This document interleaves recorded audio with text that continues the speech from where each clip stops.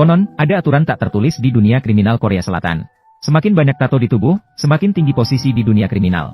Pria pertama kali datang ke pemandian untuk mandi. Karena belum pernah melihat kunci elektronik sebelumnya.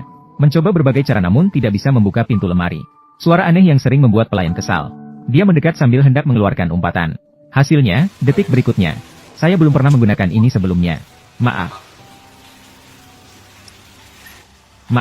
Namanya adalah Tae-sik. 10 tahun yang lalu, dia adalah bos kriminal yang menakutkan di daerah itu. Karena dia pandai berkelahi dan sangat kejam. Maka orang-orang di jalanan menyebutnya sebagai anjing gila. Namun dalam pertempuran wilayah sekali. Karena terlalu banyak minum. Dia tanpa sengaja menusuk mati seorang preman. Kemudian ditangkap polisi dan dijatuhi hukuman 10 tahun penjara. Namun orang pertama yang datang menjenguk Tae-sik setelah masuk penjara. Bukan temannya atau mantan bawahannya. Melainkan ibu dari gangster yang sudah meninggal, Tante De. Yang lebih mengejutkan adalah, Tante De tidak hanya tidak membenci Tae-sik, malah memilih untuk memaafkannya. Dan memberikannya sebuah buku kecil. Dengan harapan agar dia bisa memperbaiki diri di penjara. Menuliskan peringatan untuk dirinya sendiri dan hal-hal yang ingin dilakukannya di masa depan. Sejak saat itu, tidak peduli bagaimana cuaca. Tante De selalu datang menjenguk Tae-sik setiap bulan. Hal ini membuat Tae-sik merasakan kehangatan seperti dari seorang ibu. Akhirnya dia menyadari betapa konyol dan lucunya masa lalunya. Dia bersumpah dalam hatinya. Setelah keluar dari penjara, dia pasti akan berusaha untuk menebus kesalahannya kepada Tante De. 10 tahun berlalu dalam sekejap. Akhirnya Tae-sik dibebaskan dari penjara. Dia mencatat semua hal yang ingin dilakukannya di masa depan di buku itu. Namun, ada 3 garis merah yang tidak boleh dilanggar secara mutlak. Itu berarti tidak akan minum lagi. Tidak akan berkelahi lagi. Tidak akan menangis lagi. Setelah kembali ke kota, dia langsung pergi ke restoran Tante De. Saat itu, Tante De sedang keluar dan belum pulang. Jadi dia pergi ke pemandian terlebih dahulu untuk mandi dan menghabiskan waktu. Ini juga salah satu keinginan yang dicatatnya di buku catatan. Namun 10 tahun di penjara membuat Tae-sik benar-benar terputus hubungannya dengan masyarakat. Dia bahkan tidak tahu bagaimana membuka lemari pakaian di pemandian. Tidak tahu bagaimana membukanya. Beruntung, dengan tato-tato di tubuhnya, dia berhasil menahan diri untuk tidak marah pada pelayan yang hampir membuatnya marah. Namun yang berubah bukan hanya hal-hal di luar. Pada masa lalu, Tae-sik memiliki 2 orang bawahan setia. Satu bernama Changgu, satu bernama Yang Ji. Setelah Tae-sik di penjara, mereka mewarisi kekuasaan geng. Sekarang mereka telah menjadi bos besar di daerah itu. Tae-sik menemui mereka tanpa maksud lain. Hanya ingin melihat bagaimana keadaan mereka. Namun kedua adik itu terlihat sopan di permukaan. Setelah Tae-sik pergi, mereka mengutuknya di belakang. Yang Ki yang curiga memerintahkan bawahannya untuk mengawasi Tae-sik. Untuk mencegahnya bangkit kembali dan merebut wilayahnya. Malam itu, Tae-sik kembali ke restoran. Akhirnya dia bertemu dengan Bibi De. Bibi De tidak bisa menyembunyikan kegembiraannya. Selama bertahun-tahun, dia telah menganggap Tae-sik sebagai anak angkatnya. Dia tidak hanya menyiapkan jamuan sambutan yang mewah untuk Tae-sik, tetapi juga memberinya daging panggang yang sudah dibungkus untuk dimakannya. Hal ini membuat putrinya, Haeju, merasa cemburu. Meskipun dia tidak membenci Tae-sik, namun dia dengan jelas menyatakan bahwa dia tidak akan pernah memanggilnya kakak, karena kakaknya sudah lama meninggal. Keesokan harinya, Tae pergi ke kantor polisi di kota. Tidak disangka bahwa petugas polisi yang bertanggung jawab di wilayah ini adalah teman sekelasnya. Ternyata adalah teman sekelasnya sendiri. Kamu tidak mengenal saya lagi.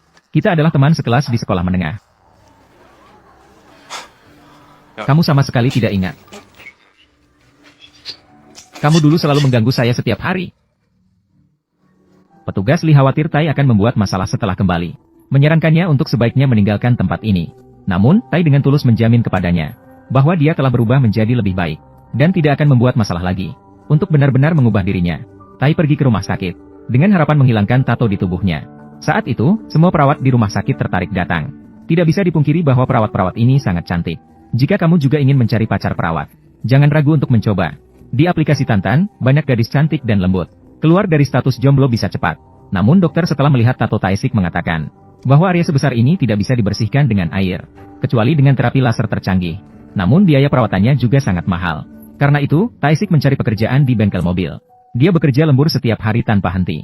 Tidak hanya bekerja keras di tempat kerja, tetapi juga tidak minum alkohol di waktu luang. Pemilik bengkel sangat memuji penampilannya. Hal ini membuat Inspektur Lee yang melakukan kunjungan rutin merasa tidak percaya. Perubahan Tae-sik tidak berhenti di situ. Untuk menjadi orang yang berguna bagi masyarakat, dia terus belajar pengetahuan budaya. Bahkan diam-diam mendaftar kelas tambahan di sekolah pelatihan. Dengan harapan masuk universitas untuk benar-benar mengubah hidupnya. Adegan ini kebetulan dilihat oleh Haeju setelah pulang sekolah. Dia tidak tahan untuk mulai mengolok-olok Tae-sik. Namun, Tae-sik tidak peduli dengan hal itu. Di perjalanan pulang, dia mengajak Hyeso makan makanan pinggir jalan. Namun, dia tak disangka-sangka dilihat oleh Dalin, si geng sekolah yang diam-diam menyukai Hyeso.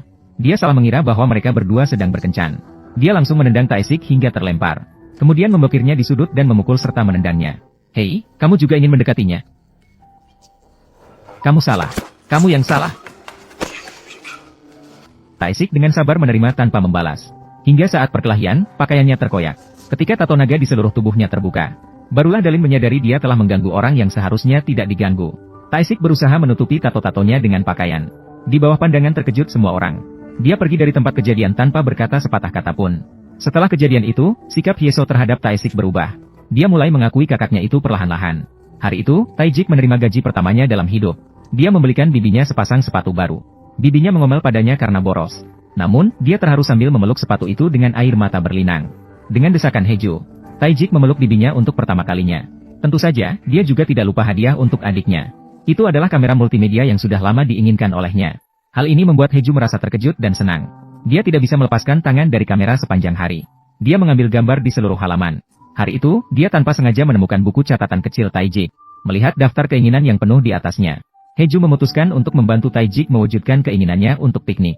Akhir pekan, mereka bertiga pergi ke tepi sungai. Mereka melihat air sungai mengalir di bawah kaki mereka. Betapa Taisik berharap kehidupannya juga bisa sejernih itu. Hejo tak tahan untuk memberitahu ibunya sebuah rahasia. Dia mengatakan Taisik selalu belajar diam-diam, bermimpi untuk bisa masuk universitas suatu hari nanti. Bibi Deokman langsung bersemangat setelah mendengarnya. Anakku, jika kamu bisa masuk universitas, biaya kuliah akan kuselesaikan. Semangat! Enak sekali. Tunggu sebentar, letakkanlah. Setelah pulang, Hejo mengambil foto keluarga untuk 3 orang dengan kamera. Taisik yang pemalu hanya bisa berdiri di samping dan tersenyum bodoh. Bibi Deokman segera menariknya ke samping. Begitulah momen bahagia itu terabadikan dalam foto. Namun karena perselisihan pembongkaran tanah, membawa kehidupan bahagia yang sulit didapat itu ke jurang kehancuran. Ternyata seorang anggota dewan setempat bernama Lau Chao bersekongkol dengan geng, ingin mengembangkan proyek properti di kota. Restoran Bibi berada tepat di area perencanaan ini. Namun, tidak peduli bagaimana mereka merayu, Bibi yang keras kepala menolak untuk pindah. Hal ini segera membuat Tuan Chao tidak puas. Dia memberi isyarat dengan kata-katanya. Siapapun yang bisa menyingkirkan masalah ini, akan diberikan pengelolaan klub malam yang baru dibuka kepada siapapun. Changwu yang sederhana langsung bersedia mengambil alih. Keesokan harinya, dia masuk ke restoran dengan sekelompok anak buahnya. Namun, dia sama sekali tidak menyangka. Saat itu, Taijik sedang makan di restoran. Kakak, berhenti. Berhenti. Apakah dia bawahanmu? Kakak, kenapa kamu di sini? Kalian datang untuk apa? Aku. Pergi. Ini adalah toko ibuku. Ibuku? Untungnya, Bibi muncul tepat waktu. Changwu segera menundukkan kepala dan meminta maaf. Kemudian, dia dan anak buahnya pergi meninggalkan restoran secara canggung. Awalnya, Taisik ingin bertanya kepada Bibi de mengapa orang-orang ini datang. Namun Bibi de khawatir dia akan bertindak gegabah dan melakukan kesalahan. Dan tidak mengatakan segalanya padanya. Sementara itu, Chao yang mengetahui situasi menjadi sangat marah. Dia memerintahkan Yang Yi dan Changwu untuk menyelesaikan masalah ini dengan segera, tidak peduli bagaimana caranya. Harus segera menyelesaikan masalah ini. Kalau tidak, mereka tidak akan bisa lagi berada di kota ini. Percakapan mereka didengar oleh sopir Ah Bing yang berada di samping. Malam itu, dia diam-diam menemui Taisik. Keduanya dulunya adalah musuh bebuyutan. Kaki Ah Bing pernah diinjak oleh Taisik. Namun Ah Bing sekarang sudah melihat segalanya dengan jelas. Konflik masa lalu pun lenyap begitu saja. Dia dengan baik hati mengingatkan Taisik. Restoran sudah menjadi target Chao. Dia menyarankan Taisik untuk segera pindah bersama keluarganya dari sana. Karena Chao adalah orang yang tidak akan berhenti sebelum mencapai tujuannya. Siapa sangka pertemuan mereka dilihat oleh bawahan Sungi. Sungi segera menemukan Changmu. Dia yakin bahwa Ah Bing mencari Taijik, pasti untuk merebut kendali klub malam.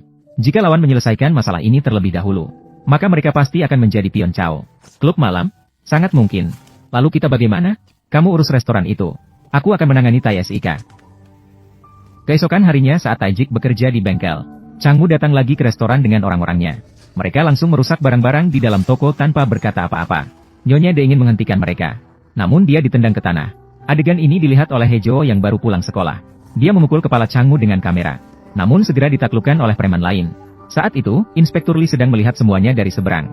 Dia tidak ingin terlibat masalah dengan geng. Perintahkan bawahannya untuk segera meninggalkan tempat ini dengan mobil. Setelah Taisi kembali, restoran itu berantakan. Dia diam-diam membersihkan peralatan makan di lantai tanpa banyak bertanya. Kemudian dia sendirian pergi ke kantor Chao, meminta pihak lain untuk memaafkan keluarga mereka. Dia tidak ingin melanggar sumpahnya untuk tidak berkelahi lagi. Namun menghadapi permohonan tulus Taisi, Chao merasa ini lebih seperti ancaman. Untuk menyelesaikan masalah ini, dia bersekongkol dengan Inspektur Li sebelumnya, mengirim orang dengan sengaja untuk membuat Taisi marah di bengkel. Asalkan Taisi berani menyerang orang selama masa percobaan, maka Inspektur Li bisa dengan sah mengirimnya kembali ke penjara. Saya ingin sesuatu yang istimewa. Seperti dalam film, pasangkan sepasang sayap pada mobil.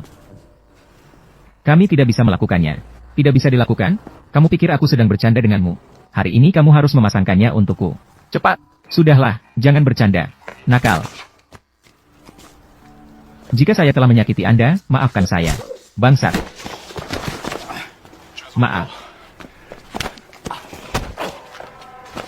Maafkan kamu.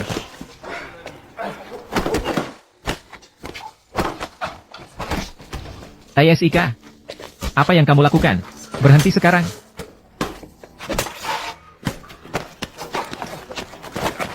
Namun, tidak peduli seberapa kasar para preman itu, Taijik tetap berdiri di depan pemilik bengkel, tanpa niat untuk membalas. Para preman pun akhirnya pergi setelah melihat situasi. Hal ini membuat Inspektur Li yang tidak jauh merasa heran. Cepat sekali berita bahwa Taijik dipukuli menyebar di seluruh kota kecil. Dalin yang pernah mengalami kerugian datang ke restoran dengan sengaja. Bukan hanya mengejek tato Taijik tapi juga hampa. Bahkan mengejek bahwa Tante De menganggap pembunuh anaknya sebagai anak angkatnya. Taijik marah setelah mendengarnya. Tidak disangka, saat itu Heju tiba dari luar. Dengarkan dengan jelas apa yang baru saja dikatakan Dalin. Barulah dia tahu. Hyeso menanyakan mengapa ibunya mengadopsi pembunuh sebagai anggota keluarga. Bibi memberitahu putrinya. Saat Taisik menangis memohon maaf padanya di penjara. Dia belum pernah melihat seseorang menangis dengan sedihnya seperti itu. Mulai dari saat itu, dia tahu bahwa sebenarnya Taisik tidak jahat. Hanya karena tersesat sejenak. Melakukan kesalahan yang seharusnya tidak dilakukan. Selama 10 tahun melihat perilaku Taisik di penjara, Bibi semakin yakin dengan pendapatnya sendiri. Maka dia ingin memberikan kesempatan kepada Taisik untuk memulai hidup baru. Setelah mendengar perkataan ibunya,